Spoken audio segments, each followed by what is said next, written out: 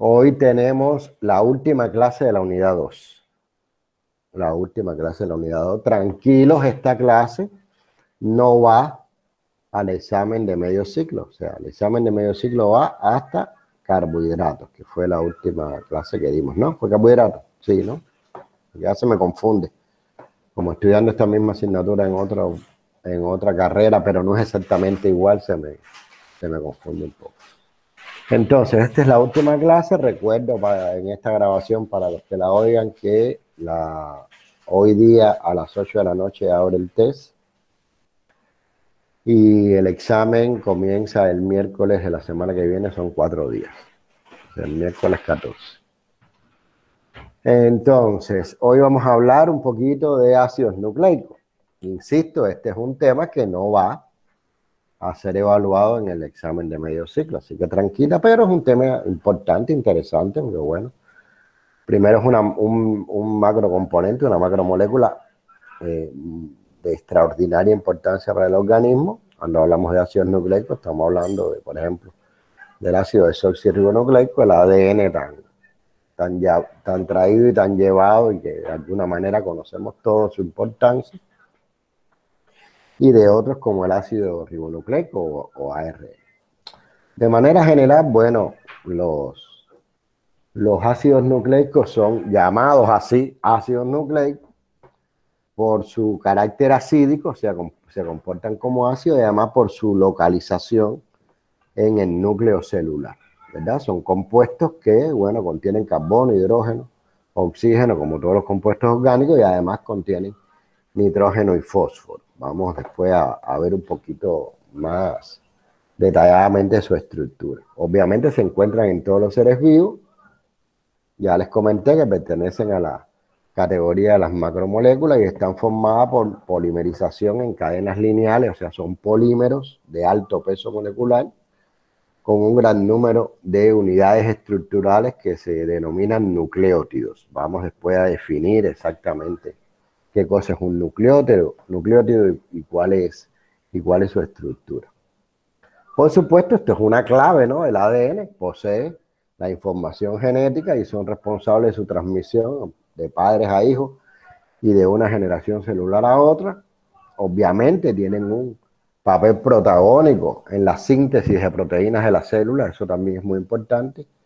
Y bueno, dirigen el ensamble, la conexión correcta de los aminoácidos en esas secuencias definidas de las proteínas, pues eso está de alguna manera dirigido por los ácidos nucleicos. Y hoy, finalmente, bueno, la individualidad y el potencial funcional de cada ser animal, pues entre los que nos encontramos, por supuesto, de cada ser humano, podemos decir también, son determinados precisamente por la información que está contenida en sus ácidos nucleicos. Bueno, vamos a hablar de la estructura, que es muy importante. O sea, ¿qué son los ácidos nucleicos? Bueno, pues son polímeros de nucleótidos.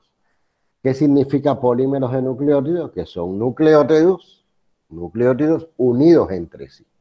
De la misma manera, yo que sé que el almidón es la unión de monosacáridos para formar largas cadenas de alto peso molecular, pues los ácidos nucleicos son largas cadenas de nucleótidos que están unidos entre sí y que también tienen un enorme peso molecular. Ahora, ¿qué son los nucleótidos? Es algo, la primera pregunta que saque a la vista. Bueno, pues los nucleótidos a su vez están formados por una estructura que se denomina nucleócido, y ese nucleócido tiene un grupo fosfato. O sea, un nucleócido unido a un grupo fosfato es lo que se denomina nucleótido, que repito, a su vez se unen entre sí para formar las largas cadenas de los ácidos nucleicos.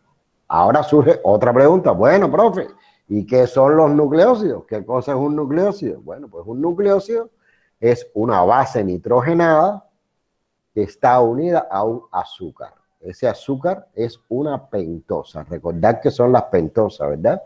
Las pentosas son azúcares que tienen 5 átomos de carbono, ¿verdad? Ya recuerden que podían ser aldopentosas y cetopentosas en función del grupo funcional. Pero siempre esas pentosas, como todos los monosacáridos, tienen una forma cíclica. Esto lo vimos en la clase anterior, o sea, la forma cíclica que asumen todos los monosacáridos, y hablamos de monosacáridos muy importantes, como la glucosa, como la maltosa, como la isomaltosa, por su presencia en los polisacáridos de el glucógeno, el almidón, la lactosa, que es además un disacárido, ¿bien?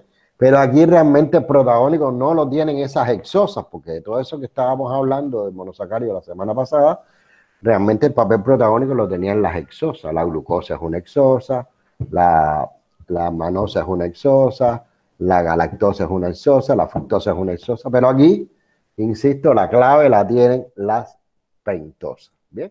O sea, resumiendo un poquito esto, pues un nucleócido es un azúcar, que es una pentosa, como ven, es un anillo de 5 átomos de carbono, ¿verdad? Unidos por un enlace semiacetálico, y ese azúcar o esa pentosa está unida a una base nitrogenada. Eso es un nucleócido, ¿verdad? Ahora fíjense que voy de abajo para arriba. Si a ese nucleócido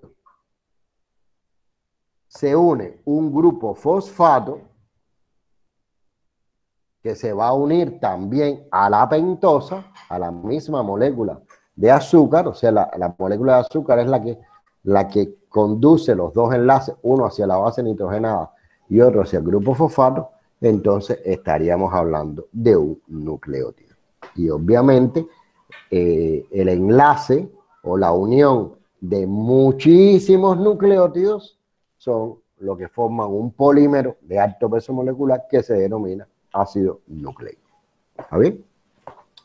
Entonces vamos a hablar un poquitico de cada uno de estos elementos. Vamos a hablar de las bases nitrogenadas, vamos a hablar de los azúcares fundamentales, que son los que forman parte de los ácidos nucleicos, y bueno, y del grupo fosfato.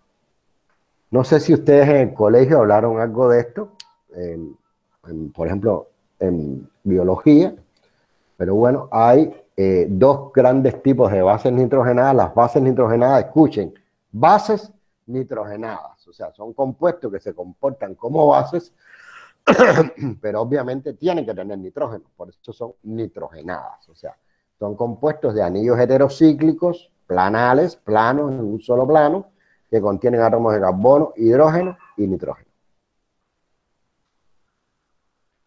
Esos compuestos se dividen en dos grandes grupos. Están las llamadas purinas, que son bases nitrogenadas formadas por dos anillos. Como ven, aquí hay dos anillos, obviamente. Esos anillos que también tienen carbono, hidrógeno y nitrógeno.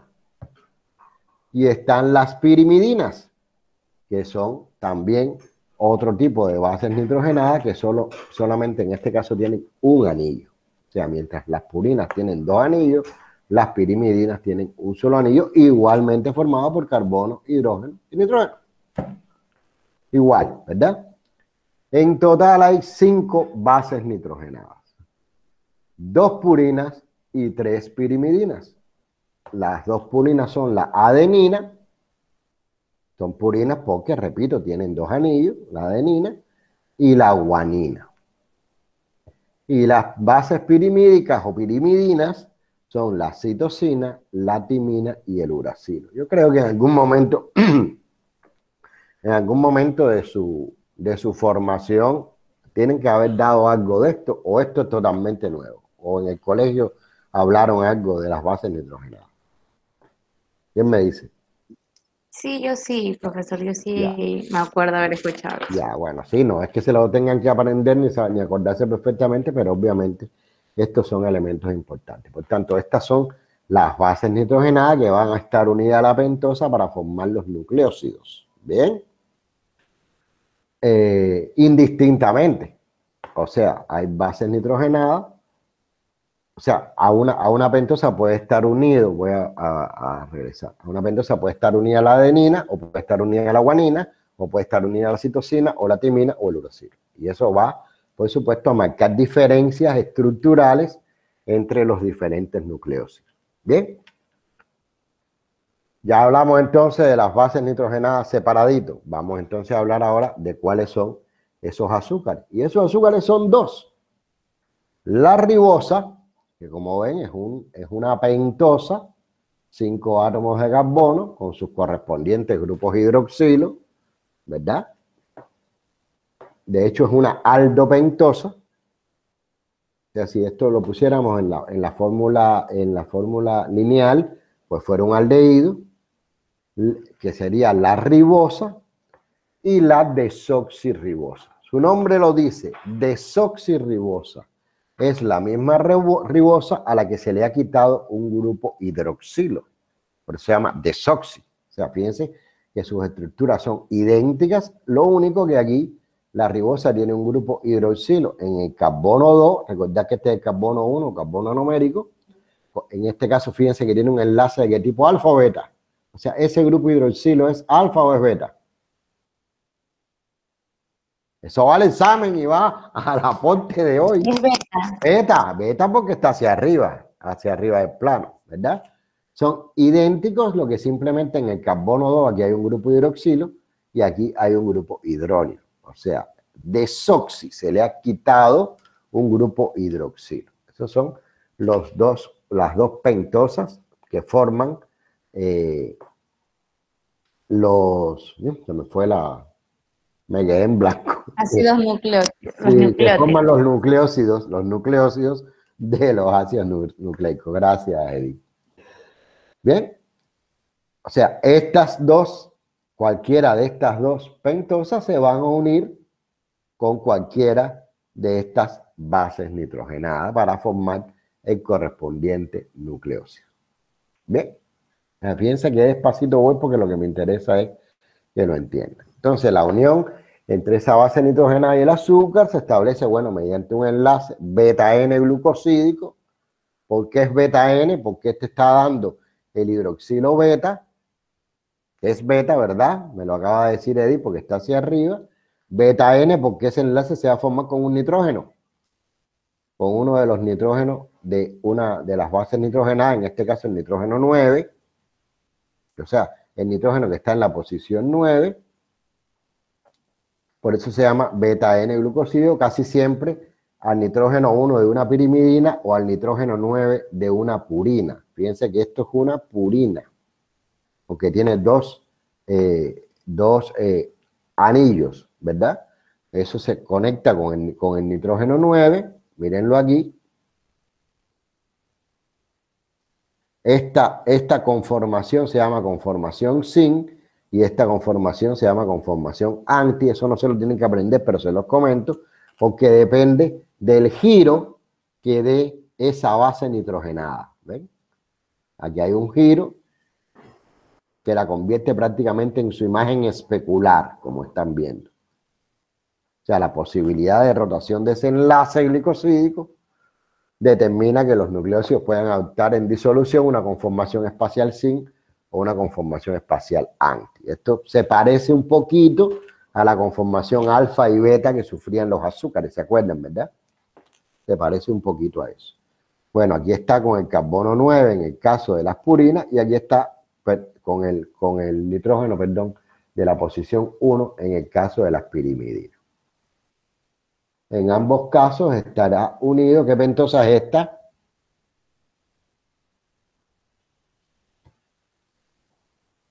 Desoxirribosa. Desoxirribosa, muy bien, Edith. Desoxirribosa porque ven que aquí falta un grupo hidroxilo y está sustituido por un hidrógeno. Muy bien. Entonces, en función de cuál sea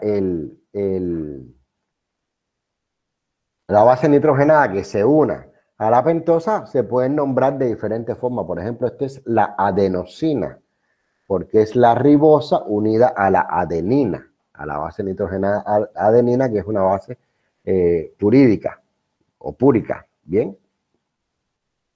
Esta sería la timidina, donde otra vez está la ribosa, pero ahora en lugar de estar unida a la adenina, está unida a la timina, que es otra base nitrogenada. En este caso es una pirimidina porque solo tiene un anillo. Está la citidina, nuevamente la ribosa con la citosina.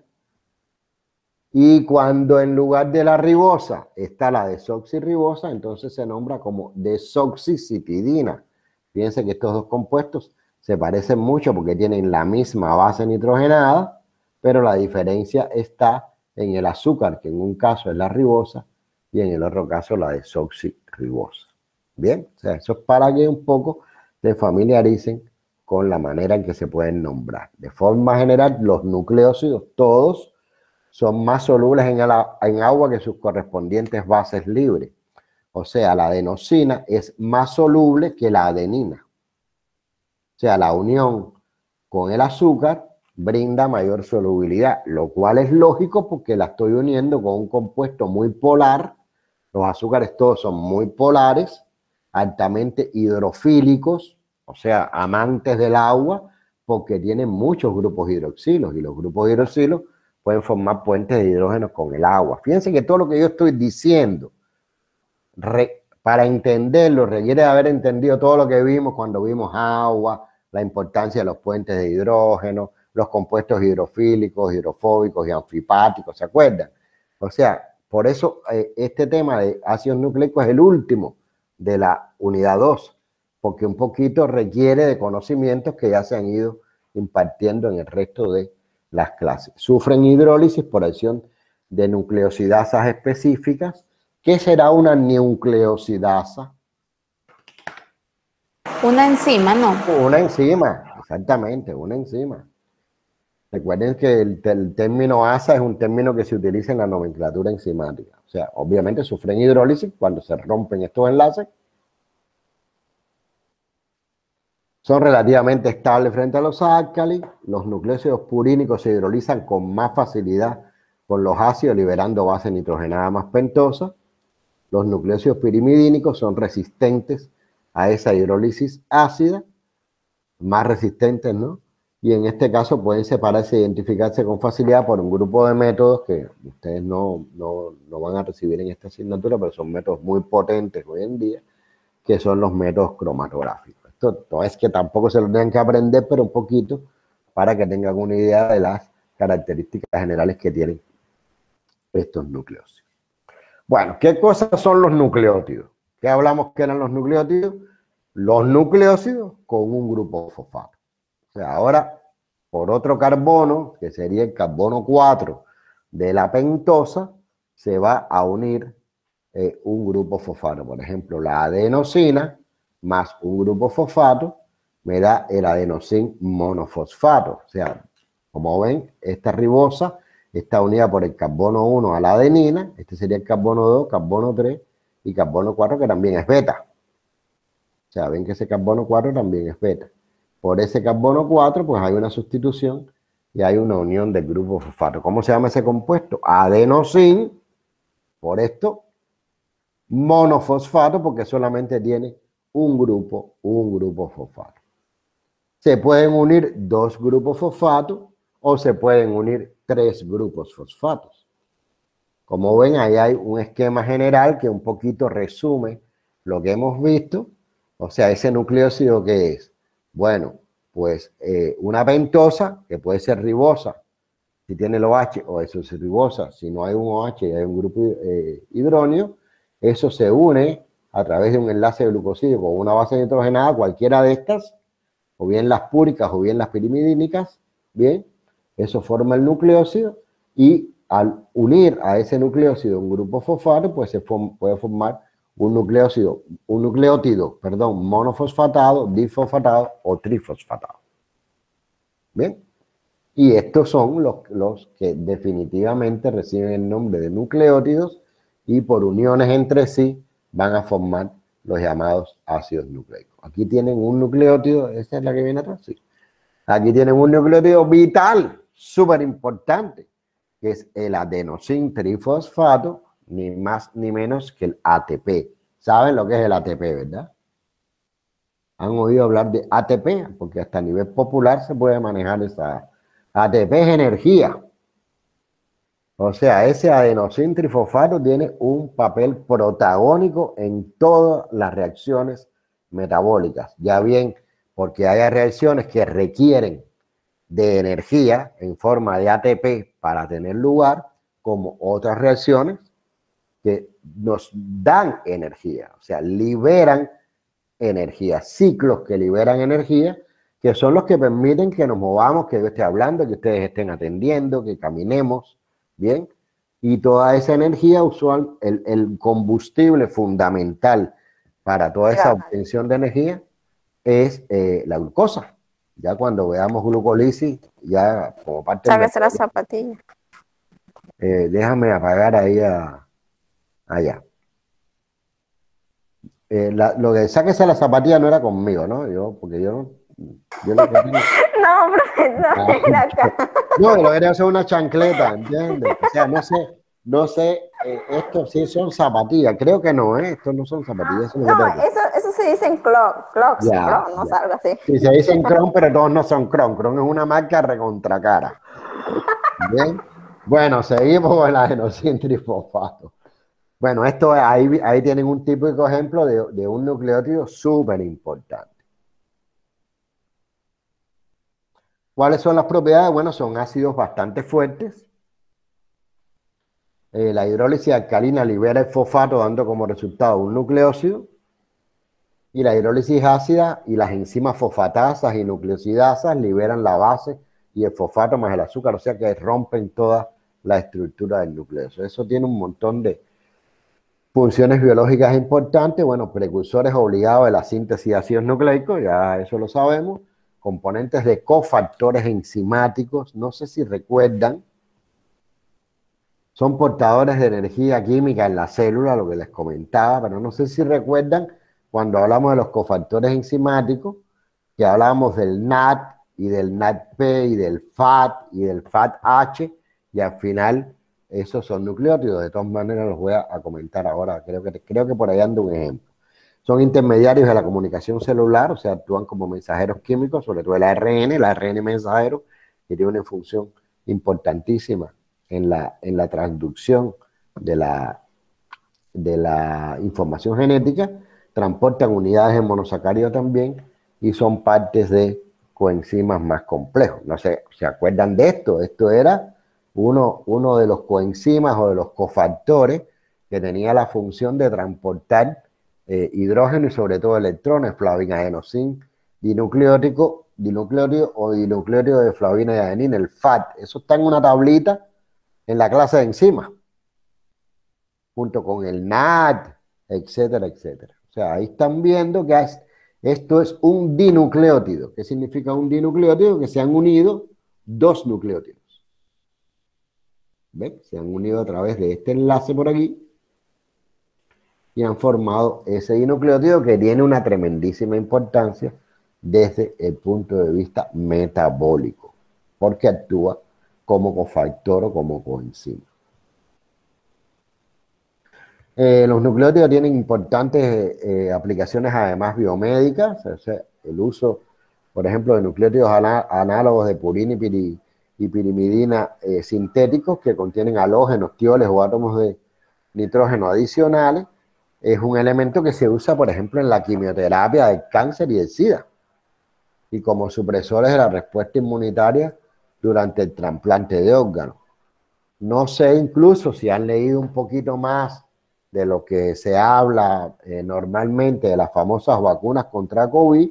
Hay varios mecanismos de acción de esas vacunas, pero hay varias de esas vacunas que funcionan con ARN, con fracciones de ARN, o sea que realmente hay una aplicación muy importante en la producción de medicamentos. Bueno, ácidos nucleicos, ya llegamos a los ácidos nucleicos, que sabemos que son polímeros de nucleótidos.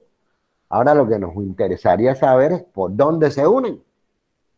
Por dónde se une un nucleótido con el otro nucleótido para formar un dinucleótido, y después con otro para formar un trinucleótido, y después con otro, y con otro, y con otro, y con otro, y con otro, para formar los conocidos ácidos nucleicos. Y ahí no está, como ven, pues la unión entre esos monómeros de nucleótidos se establece por una esterificación, se forma un enlace éster, ¿bien?, entre el fosfato de un nucleótido y el OH del carbono 3 de la pentosa del próximo nucleótido. Fíjense la importancia que tiene esa pentosa. A esa pentosa se enlaza la base nitrogenada. A esa pentosa se enlaza el grupo fosfato. Y para colmo, a esa pentosa también se enlaza el grupo fosfato del otro nucleótido para formar los ácidos nucleicos. O sea, ahí lo están mirando. Aquí tenemos el fosfato de uridina, porque es el uracilo, la base nitrogenada. Por tanto, esto es un nucleótido. Aquí tenemos el fosfato de adenosina, porque también es una base, usa la base nitrogenada, la adenina. Y aquí volvemos a tener el fosfato de uridina, porque vuelve a estar el uracilo. O sea, este con este, lo que va a formar es aquí, ¿ven? El grupo hidroxilo, un grupo hidroxilo del grupo fosfato, se va a enlazar con el carbono 3, en este caso, ¿qué azúcar es este? ¿La ribosa o la desoxirribosa? Ribosa. La ribosa, ¿verdad? Pues este grupo hidroxilo de este grupo fosfato se va a unir con este grupo hidroxilo del carbono 3 de la ribosa para formar un enlace fosfodiéster. ¿Ven? Ahí se forma un enlace fosfodiéster y en este caso obtendríamos un dinucleótido. Cuando ese proceso ocurre en cadena, por ejemplo, aquí tenemos 1, 2, 3 y 4 nucleótidos unidos entre sí, porque como ven hay 4 enlaces fosfodiéster. Y así pueden ser 5, eso sería un tetranucleótido, un tetrafosfonucleótido, particularmente, ¿verdad? Entonces así es como se forman las largas cadenas de un nucleótido enlazado con el otro a través de este enlace fosfodiéster para formar los ácidos nucleicos. Ácidos nucleicos, que hay dos grandes grupos de ácidos nucleicos que son los más importantes, que son los desoxirribonucleicos y los ribonucleicos. Los protagónicos de los desoxirribonucleicos es, por supuesto, el ADN, y el protagónico de los ribonucleicos es el ARN. ADN, bueno, todo el mundo sabe más o menos qué es el ADN, haciendo un poquito de historia. Este señor, en el lejano 1868, Friedrich Michel, fue la primera persona, el primer investigador que aisló un fragmento de ácido desoxirribonucleico. Después, un montón de años más tarde, en 1952, hay dos investigadores en lo que destaco, ya en 1952, la presencia femenina de Martha Chase, ¿verdad? Que es los que descubren, los que investigan y obtienen información sobre el papel del ADN en los procesos hereditarios o en la heredabilidad, como también se dice. Y estos dos señores de abajo, que son muy famosos porque obtuvieron el premio Nobel, Watson y Crick, son en 1953 los primeros que propusieron el modelo de la doble hélice de ADN para representar la estructura tridimensional del polímero. O sea, un poquito de historia nunca viene mal, no es que se tengan que aprender los nombres de las personas, aunque a cualquier bioquímico del mundo tú le dices, tú sabes quién es Watson y Crick, y te van a decir automáticamente quién es Watson y Crick porque son, digamos, íconos dentro de la investigación bioquímica. Entonces, ese ADN, en primer lugar, se encuentra en casi la totalidad de los núcleos de la célula. Existen una pequeña cantidad de ADN también en las mitocondrias, pero están fundamentalmente en el núcleo. Esa molécula de ADN es lineal, sin ramificaciones, y forma hebras de enorme longitud. En los cromosomas esta molécula se encuentra densamente empaquetada, ahí con esa información genética. Los trozos o porciones de ADN son los que llamamos usualmente genes. Y todas las células somáticas de los individuos de una misma especie tienen igual contenido de ADN, ¿verdad? A recordar la famosa trisomía de PAP22, de los síndromes de Down, o sea, todo el mundo tiene dos pares de cromosomas. Bueno, aquí está entonces la doble hélice. El ADN es una estructura de doble hélice.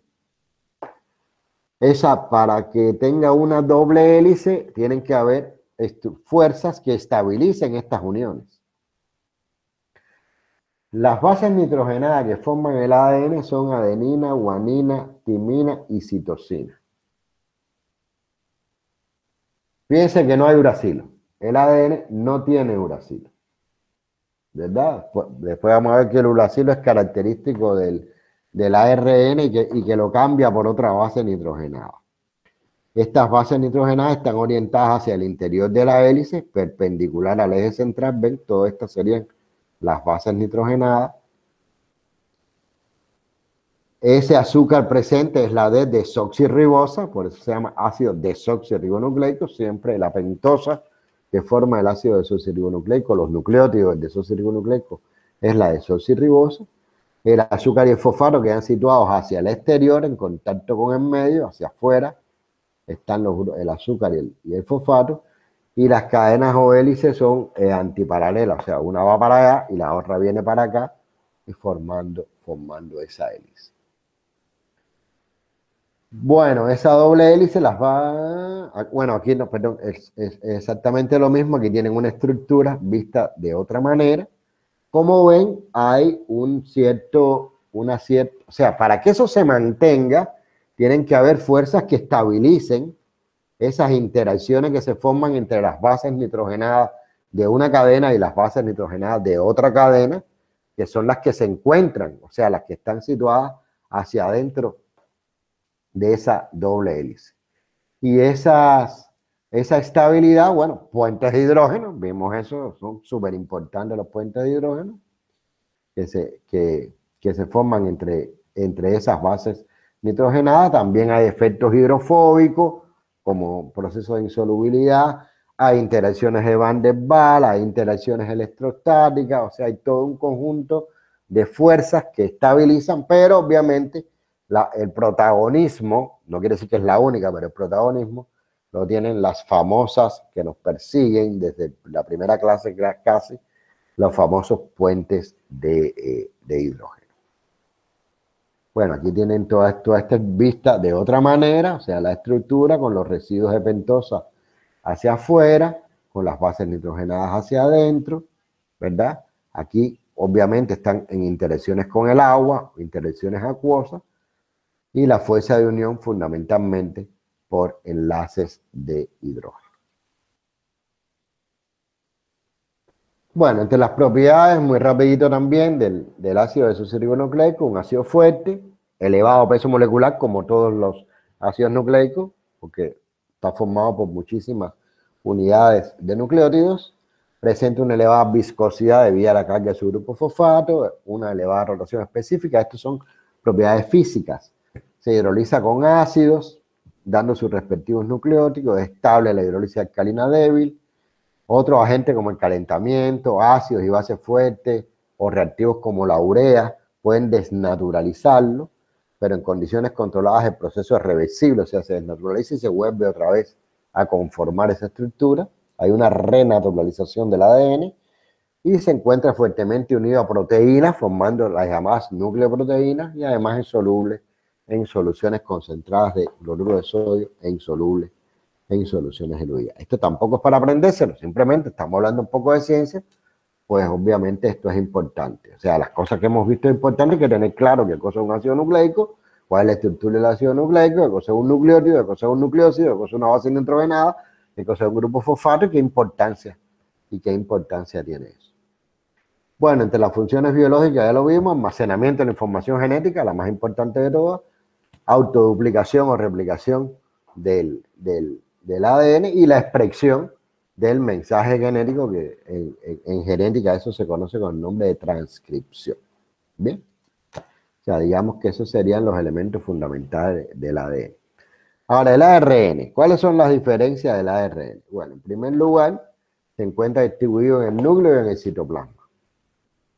Fíjense que el otro estaba fundamentalmente en el núcleo, pero en la mitocondria, ya hay un poquito más en el citoplasma. Su peso molecular y su composición en bases muy variables. Fíjense que aquí no es una cadena, no es una doble hélice. Aquí es solamente una cadena, una molécula lineal formada por una sola cadena polinucleótida. Los nucleótidos igual, esos nucleótidos, o sea, esos enlaces se forman de la misma manera, enlaces fosfodiéster. El azúcar presente en este caso es la desoxirribosa o la derribosa. Perdón, es la ribosa, en el caso del ARN era la desoxirribosa. Es la ribosa. No existe la base pirimidínica timina, o sea, aquí no hay timina y la timina se sustituye por uracilo. En el ARN, en el ADN hay timina y lo que no hay es uracilo. ¿Está bien? O sea, eso es una característica también distintiva de ambas moléculas. Y bueno, y existen 4 tipos de ARN, el mensajero, el de transferencia, el ribosómico y el nuclear pequeño, que para nada eso hay que aprenderse. Entonces aquí un poquito ven las diferencias fundamentales entre el ARN y el ADN. O sea, esta es una doble hélice, esta es una hélice simple. Las bases nitrogenadas, citosina, guanina y adenina coinciden en ambos, ¿verdad? Pero en el caso del ADN tiene la timina y en el caso del ARN tiene el uracilo. La cuarta base nitrogenada que indistintamente puede formar parte de los nucleótidos y en función del tipo de nucleótido, la cantidad de nucleótidos, tenemos un ADN particular cada ser humano, pues justamente por la manera en que se colocan y qué proporción hay de esos nucleótidos. Entonces, las funciones biológicas del ARN actúa como intermediario en la conversión de la información contenida en el ADN, por eso se le llama mensajero, especificando la secuencia de aminoácidos de una proteína funcional.